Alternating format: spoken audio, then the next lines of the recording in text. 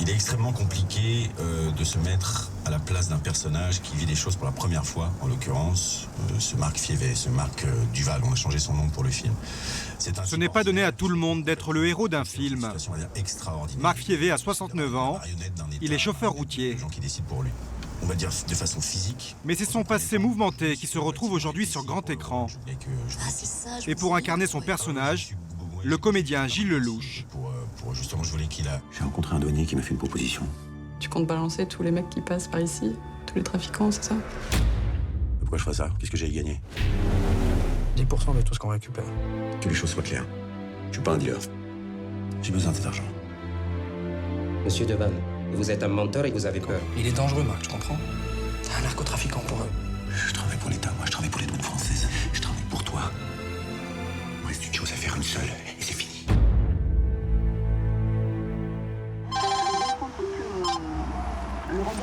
Allô? Oui, lui-même. Bonjour, avec la cour de France Inter, je vous appelle pour l'émission Comme on nous parle. Oui. Même s'il répond volontiers aux sollicitations des médias, Marc Fievet a du mal à endosser le costume de héros. Bonjour Marc Fievet. Oui, bonjour. Ça fait quoi de se retrouver héros d'un film, Marc Fievet? Bah, ça touche, effectivement. Marc Fievet a connu une vie hors du commun, une vie d'agent secret qui l'a amené jusqu'en prison. Nous sommes retournés avec lui là où tout a commencé. À la pointe sud de l'Espagne, un grand rocher pour une petite ville de 30 000 âmes. Gibraltar. C'est une enclave britannique depuis 3 siècles, connue pour abriter une colonie de singes unique en Europe.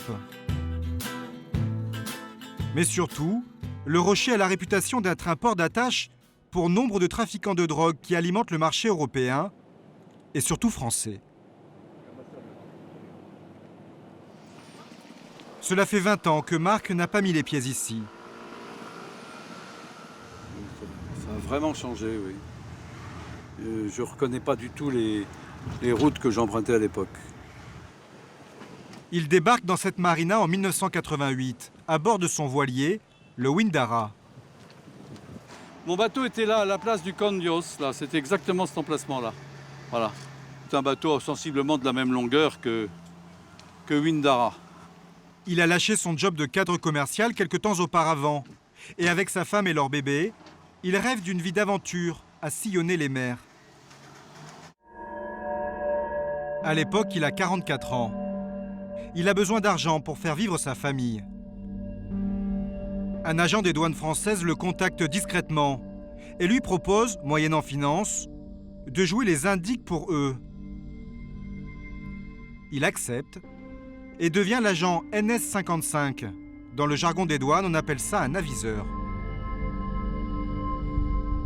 Ils m'ont vendu un poste d'agent secret. Ça me procurait peut-être l'adrénaline qui me faisait défaut peut-être à cette époque-là. Marc se révèle très doué pour repérer des bateaux suspects. Trop bien équipé par exemple, pour faire une simple balade en mer. Tu vois, ce petit bateau est doté, en fin de compte, d'une boule satellite. Donc c'est du téléphone, ça veut dire qu'il a une couverture mondiale, et ça n'est pas justifié, ni justifiable pour un bateau de cette valeur. C'est-à-dire que la boule Immersat coûte aussi cher que le bateau. Donc ça correspond éventuellement à une activité qu'il a eue un jour ou l'autre. L'agent NS55 passe ses journées à épier ses voisins. Et lorsqu'il détecte un comportement louche, il se rend sur les hauteurs de la ville avec un appareil photo équipé d'un zoom surpuissant. Oui, c'était en général d'ici que je venais ici pour shooter effectivement les équipages et les bateaux qui se trouvaient à Marina Bay, qui est là, juste là.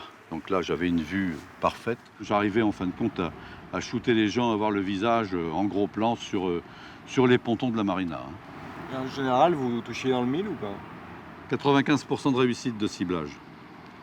C'est-à-dire que tout ce que j'envoyais, 95% se confirmait dans les 6 mois comme étant des gens appartenant soit au monde du narcotrafic, soit, je veux dire, ayant déjà eu des poursuites ou des condamnations, ou étant sorti de prison, etc.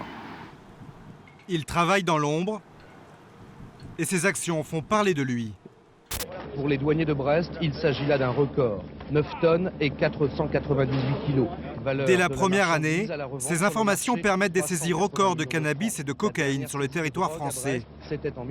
Elles font alors la fierté d'un homme que Marc Fievé connaît parfaitement.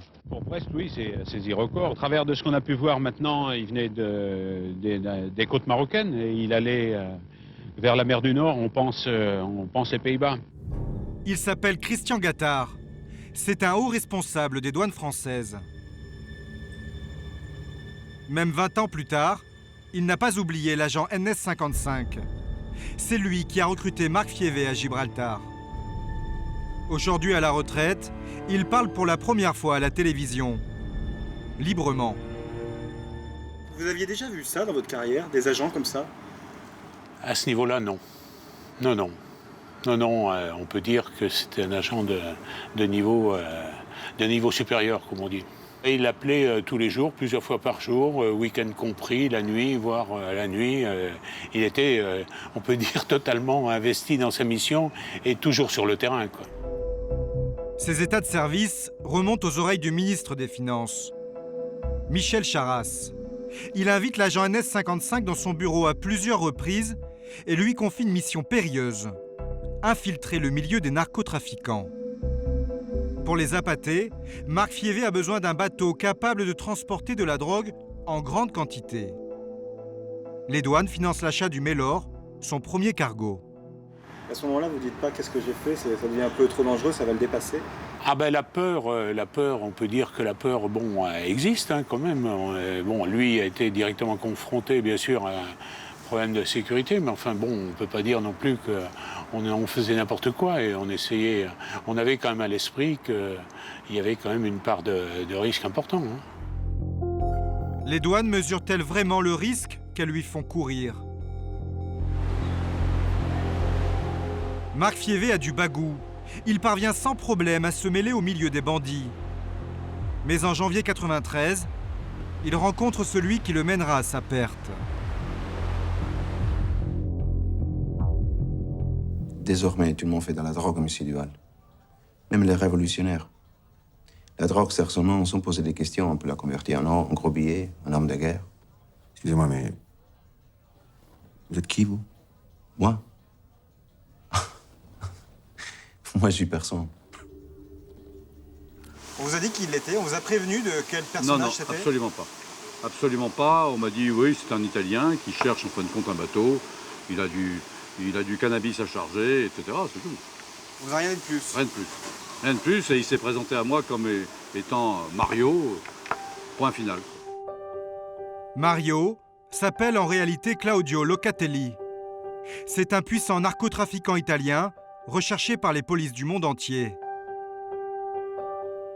Marc Fievé gagne très vite sa confiance, au point de devenir le propriétaire officiel des cargos de Locatelli. Le mafieux installe Marc et sa famille dans une villa qu'il possède non loin de Gibraltar. L'agent NS55 est constamment sous surveillance. Communiquer avec les douanes devient dangereux. Il craint alors pour sa famille. Quand vous dites aux responsables douaniers « je vais arrêter, la mission est devenue trop dangereuse », qu'est-ce qu'ils vous répondent? Niette, tu continues, on n'en sait pas assez, on ne sait pas qui c'est, et tu continues jusqu'à une opération importante sur notre territoire. Ce qui les intéresse, en fin de compte, c'est de faire une saisie et d'organiser et de taper, en fin de compte, le maximum de gens et le maximum de quantité de drogue sur le territoire français. Il n'y a que ça qui les intéresse. Le reste, ça ne les intéresse pas. En février 1994, son bateau quitte la Colombie avec à son bord 10 tonnes de cocaïne. Destination finale, la Corse. Mais sur le chemin, au large du Canada, son cargo est intercepté par les autorités. C'est alors une des plus importantes saisies de drogue de l'histoire. Marc Fievé, alors en Espagne, est désigné comme l'une des têtes dirigeantes du réseau. Il est arrêté 6 mois plus tard, extradé au Canada où il est emprisonné en attente de jugement. Là-bas, il reçoit la visite de responsables des douanes françaises, dont Christian Gattard. Quand ils viennent au Canada, quelle est la promesse qu'ils vous font? Écoute, tu plaides coupable, tu fais pas chier. Ça, c'est textuellement les mots utilisés par Gattard dans l'enclave de la prison de Renous, où je suis, moi, menotté, avec une combinaison de détenus. Tu fais pas chier les autorités canadiennes, tu plaides coupable, tu dis rien, et tu demandes ton transfert, on te ramène en France, et là, on aura les moyens d'arranger ton affaire. De te libérer? Bien sûr, arranger mon affaire, c'est pas me laisser en prison. Ça n'arrange rien. Et vous y avez cru? Je vois pas pourquoi je ne croirais pas à des gens qui ont fait 7000 km en avion et qui sont venus avec l'accord du ministre. La justice canadienne le condamne à la perpétuité. Transféré en France, il s'attend à être vite libéré, mais la promesse des douanes ne sera jamais tenue. Les juges ne peuvent pas revenir sur sa condamnation, c'est la loi. Sa peine est adaptée au droit français. L'agent NS55 prend 20 ans de prison ferme. On pensait en plaidant coupable, la solution allait être trouvée quand même beaucoup plus facilement. C'est une erreur des douanes alors? On peut appeler ça comme on veut, on peut dire que c'est une erreur, mais enfin une erreur, en tout cas, bon, il faut faire le constat qu'on n'a pas fait le bon choix sans doute, hein, ou peut-être pas le bon choix, c'est pas sûr. À l'époque, les responsables des douanes ont changé. Derrière ces murs, on ne veut plus entendre parler de l'agent NS55. Le dossier est devenu gênant. Depuis sa cellule, Marc Fievé clame son innocence. Il enchaîne les grèves de la faim et perd jusqu'à 30 kilos. Son seul recours, la grâce présidentielle. Jacques Chirac lui refusera, sans explication. Le 5 mai 2004, après 11 années passées derrière les barreaux, Marc Fievé sort, en liberté conditionnelle.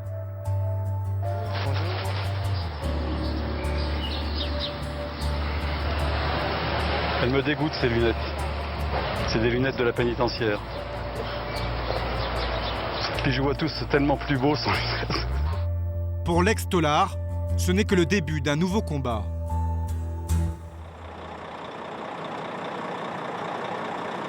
Depuis 3 ans, Marc Fievé a repris un job de chauffeur.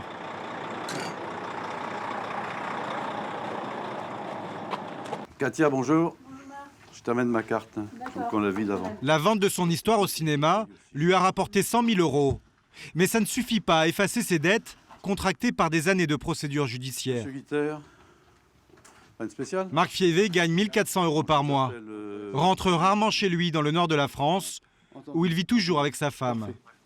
J'ai fait 9h53 de conduite le lundi. L'ex-agent des douanes n'a rien perdu de sa rigueur professionnelle. J'ai fait 8h57 le mercredi. Je pinaille au point de noter lorsque je m'arrête pour pisser. Hein. Pour être sûr de... Non, je note. De toute façon, j'ai toujours tout noté. Donc, je peux dire exactement le jour et l'heure à laquelle j'ai reçu ces messieurs des douanes ou ces messieurs de la police française. Bon. À bientôt. Au revoir. Bonne route. Hors caméra, Marc Fievé avoue craindre d'éventuelles représailles de la part d'anciens narcotrafiquants. Mais sa soif de revanche l'empêche de rester dans l'ombre. Depuis 3 ans, il a entamé une procédure judiciaire contre l'État français pour obtenir un dédommagement. Je ne lâcherai jamais ceux qui m'ont lâché, tu vois, c'est clair. Bon, c'était sur un petit canard, hein, mais je ne les lâcherai jamais. Ça, c'est une certitude qu'ils doivent avoir. Pourquoi vous ne les lâcherez jamais? Mais parce qu'ils m'ont lâché, parce qu'ils m'ont laissé en rase campagne, parce qu'ils m'ont oublié pendant 3888 jours en prison. Et je peux pas l'accepter. Ils m'ont pas lâché à 20 ans, ils m'ont lâché à 50 ans. Est-ce que tu peux imaginer dans ta tête ce que c'est que d'être incarcéré à 50 ans, de ressortir à plus de 60 ans? Tu ne peux pas imaginer. Débouté en première instance, il a fait appel de la décision. Malgré ses demandes répétées, l'État refuse toujours de rouvrir son dossier, classé secret défense.